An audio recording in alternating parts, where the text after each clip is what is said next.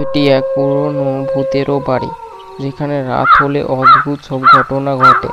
গ্রামের লোকেরা বলে এখানে ভূত আছে, কিন্তু সত্যটা কি? আমরা কি সত্যি এখানে ঢুকবো? শুনেছি এখানে রাত হলে অদ্ভুত আওয়াজ হয়। ভয় পাওয়ার কিছু নেই, ভূত বলে কিছু নেই। আমরা শুধু দেখতে এসেছি কিছু অদ্ভুত ঘটনা ঘটছে কিনা। হ্যাঁ, যদি ভূত আসে তাহলে আমি বলবো স্যার, একটু ছবি তোলার অনুমতি দেবেন? তিনজন হাসতে হাসতে দরজা ঠেলে ভেতরে ঢোকে। সঙ্গে সঙ্গে দরজাটি নিজের থেকেই জোরে বন্ধ হয়ে যায়। এই দরজাটা বন্ধ হলে কিভাবে? তিনজন একে অপরের দিকে তাকায়।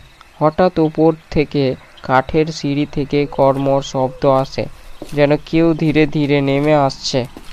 একটা কালো ছায়া ধীরে ধীরে সিঁড়ি থেকে নেমে আসছে। তিন বন্ধু জমে গেছে ভয়ে। কে এসেছে আমার বাড়িতে? আমরা আমরা শুধু দেখতে এসেছি। অনেক বছর আগে এই বাড়িতে এক রহস্যজনক ঘটনা ঘটেছিল।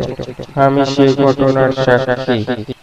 এক ঝলক বিদ্যুৎ চমকায় এবং দেওয়ালের ছায়া নড়ে ওঠে। ভূত ধীরে ধীরে বন্ধুদের দিকে এগিয়ে আসে। হঠাৎ টিটো একটা টর্চ জ্বালায় এবং ভূতের দিকে তাক করে।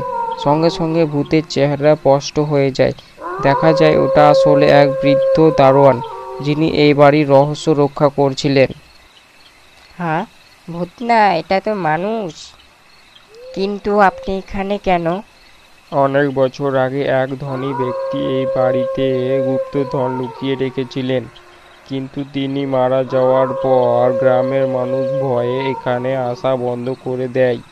আমি সেই ধন পাহারা দিচ্ছি। গুপ্তধন? তাহলে এই ভূতের গল্প সব মিথ্যা? হ্যাঁ, আমি রাতে ভয় পাওয়ানোর জন্য এইসব করি, যাতে কেউ গুপ্তধনের সন্ধানে না আসে। তিন বন্ধু হাসতে হাসতে বেরিয়ে যায়। রাতে ভয়ের বদলে তারা এক মজার রহস্যর সমাধান করে ফেলে। প্রতিটা রহস্যের পেছনে একটা সত্য লুকিয়ে থাকে। সব ভূতের গল্পই যে সত্যি তা নয়।